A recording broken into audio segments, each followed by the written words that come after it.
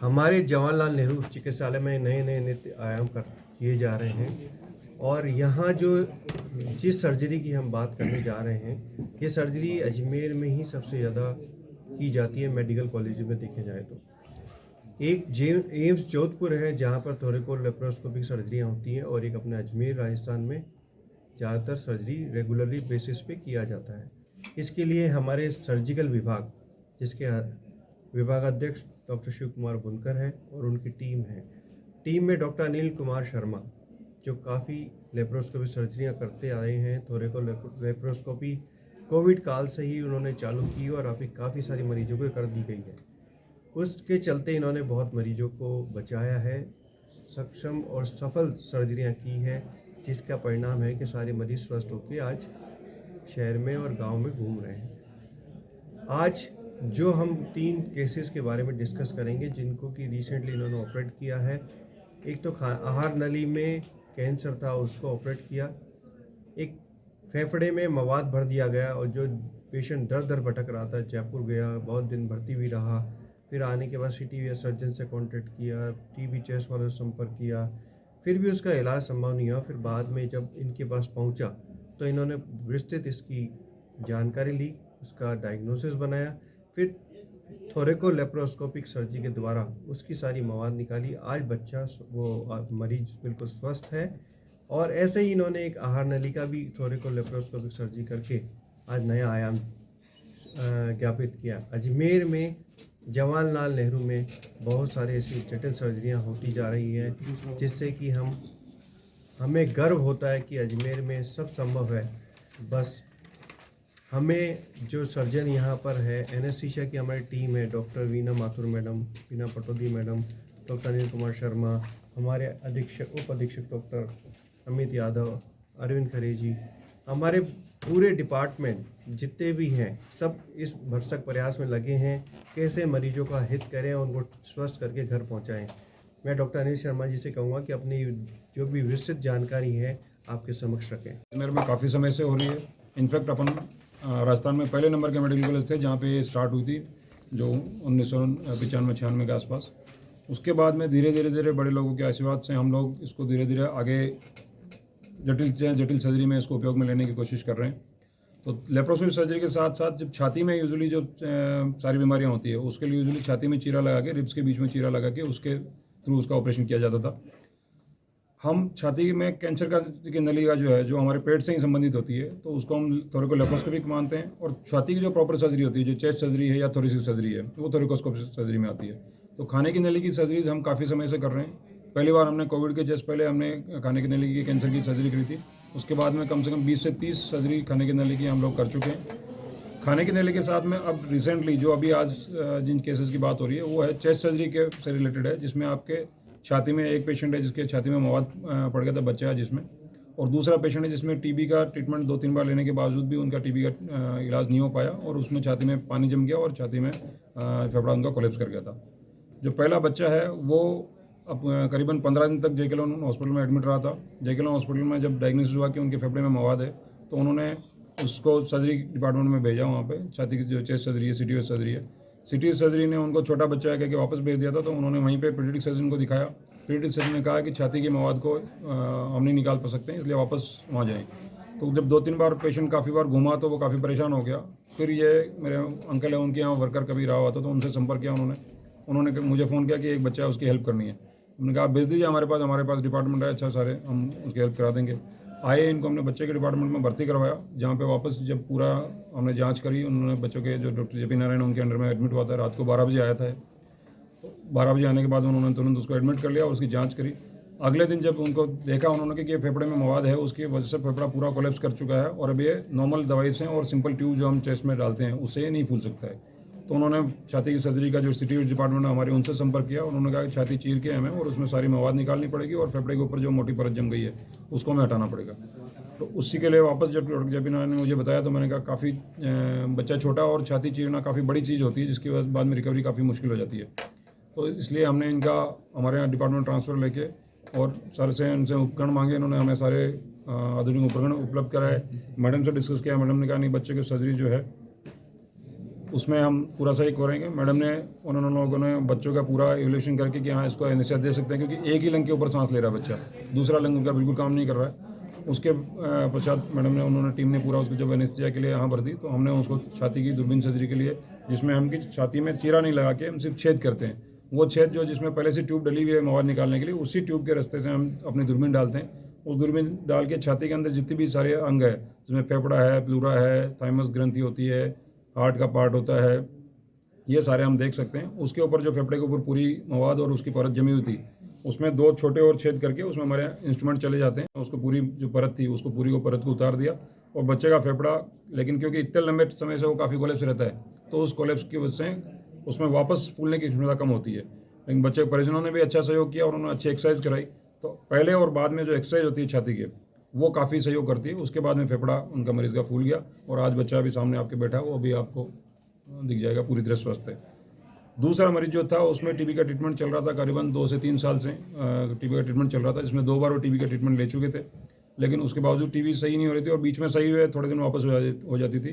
तो जब TB chest वाले स्पेशलिस्ट हमारे, उन्होंने देखा, डॉक्टर नीरज गुप्ता और डॉक्टर मुकेश ने देखा, तो उन्होंने देखा कि पेट में, छाती में उनके पानी भर गया, और एक साइड से फेफड़ा पिचक गया, और दूसरा उनकी राइट साइड में रिब के नीचे भी इन्फेक्शन हो गया है टीबी का। तो उन्होंने हमारे पास भेजा उसको कि आप थोरकोस्कोपी से कर रहे हो, तो इनका भी थोरकोस्कोपी से एक बार ट्राई करो आप, क्योंकि उन्होंने ट्यूब डाल के पहले ट्राई कर चुके थे, बट ट्यूब डाल के वो आधा ही फूला, फेफड़ा पूरा नहीं फूला। तो इनको भी मैडम को दिखा के हमने एनेस्थीसिया के लिए पूरा फिटनेस मांगी। मैडम ने सारा सहयोग करके उनको आगे एनेस्थीसिया दिया। एनेस्थीसिया देने में, क्योंकि इसमें सबसे बड़ी दिक्कत ये होती है कि एक ही लंग से सांस ले सकते हैं, और दूसरा मरीज़ को पहले से 2 बार टीबी हो रखी, तो उसको काफ़ी फेफड़े काफ़ी कमज़ोर होते हैं, और ऊपर से हम जब ये सर्जरी करते हैं तो उसमें जो गैस जाती है हमारी, वो गैस भी उस पर काफ़ी बुरा प्रभाव डालती है, जिसकी सारी जिम्मेदारी और जिसकी सारा मैनेजमेंट एनेस्थीसिया डिपार्टमेंट करता है। और उसमें एक लंग को फुलाना और एक लंग को कोलैप्स करना, ये टेक्निक होती है मैडम की, डबल DLT नाम से एक टेक्निक होती है, जिसके सारे उन्होंने उसको एनेस्थीसिया देते हैं। और वो मरीज़ भी अब पूरी एक्सरसाइज करके अब धीरे धीरे पूरी तरह से स्वस्थ है। दूसरी जो रिब की सर्जरी हुई इनकी, उसमें भी पूरी तरह से स्वस्थ है। खाने के नली जो कैंसर है वो हम काफ़ी टाइम से कर रहे हैं। वो सारे मरीज जितने भी है, अभी पहले हम सारी छाती चीर के और पेट चीर के ही करते थे, अभी वो सारे ऑपरेशन हम कर रहे हैं। आज उसके बारे में विस्तार से नहीं बता रहे, क्योंकि सारी जो बात है वो सारी छाती की सर्जरी ही चल रही है।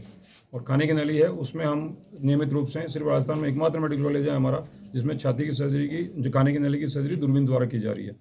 और थोरकोस्कोपी सर्जरी जो है सिर्फ एम्स जोधपुर है जहाँ पे रेगुलर हो रही है। इसके अलावा किसी भी मेडिकल कॉलेज में, राज्य सरकार के किसी भी मेडिकल कॉलेज में, पहला मेडिकल कॉलेज है अजमेर जहाँ पे नियमित रूप से छाती की सर्जरी की दूरबीन से सुविधा मिल रही है।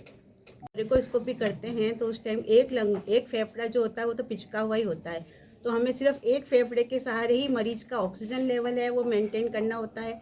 मरीज का जो है वो हार्ट बीट वगैरह जो भी है वो भी हमें उस टाइम जो है इरेगुलर हो जाती है, उसको भी मेंटेन करना होता है। BP है वो भी मेंटेन करना होता है। तो हमारे पास जो है आजकल एडवांस वर्क स्टेशन है, जिससे कि हम मरीज की पूरी मॉनिटरिंग करते हैं। पूरे टाइम जो है मरीज को एनेस्थेटिस्ट वहीं खड़ा रह के मॉनिटर करता है, कितना फ्लूइड देना है, कितना टेम्परेचर रखना है मरीज का, ये सब चीज़ों का ध्यान रखा जाता है। और इस टाइम जो मरीज को जो है पेन वगैरह के लिए भी जो है आजकल हमारे पास में हाई लेवल के एनाल्जेसिक है, जैसे फेंटेनिल वगैरह हैं, और कुछ ब्लॉक्स हैं वो भी उपयोग में लाए जाते हैं। तो इसके लिए हम जो है टेक्निक जो यूज करते हैं उसको कहते हैं 1 लंग एनेस्थीसिया थोरकोस्कोपी में, डबल लूमेन ट्यूब काम में लेके और एक फेफड़े के सहारे ही एनेस्थीसिया दिया जाता है। यूजुअली तो जो हम सर्जरी करवाते हैं उसमें दोनों फेफड़ों के सहारे एनेस्थीसिया दिया जाता है, पर इसमें एक ही फेफड़े के सहारे एनेस्थीसिया दिया जाता है। तो ये इन सर्जरीज को काफ़ी मॉनिटर करना पड़ता है, एनेस्थीसिया भी बहुत चैलेंजिंग होता है। डॉक्टर मीना मान।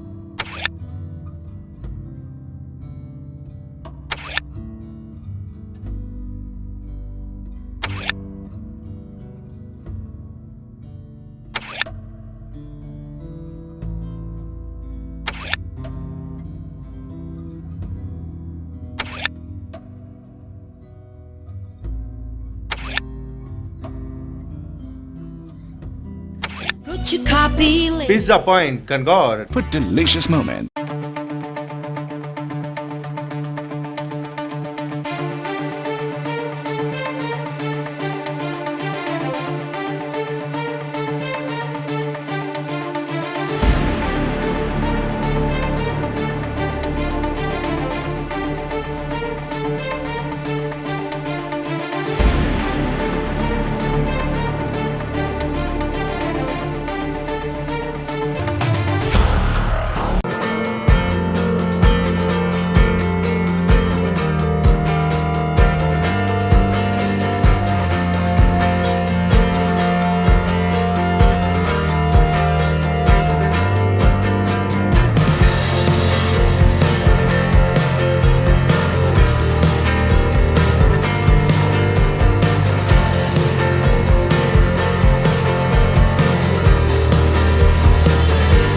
प्रकृति हैंडलूम अजमेर के वैशाली नगर में खुला पहला हैंडलूम स्टोर, जहां परंपरा और आधुनिकता का है अद्भुत संगम।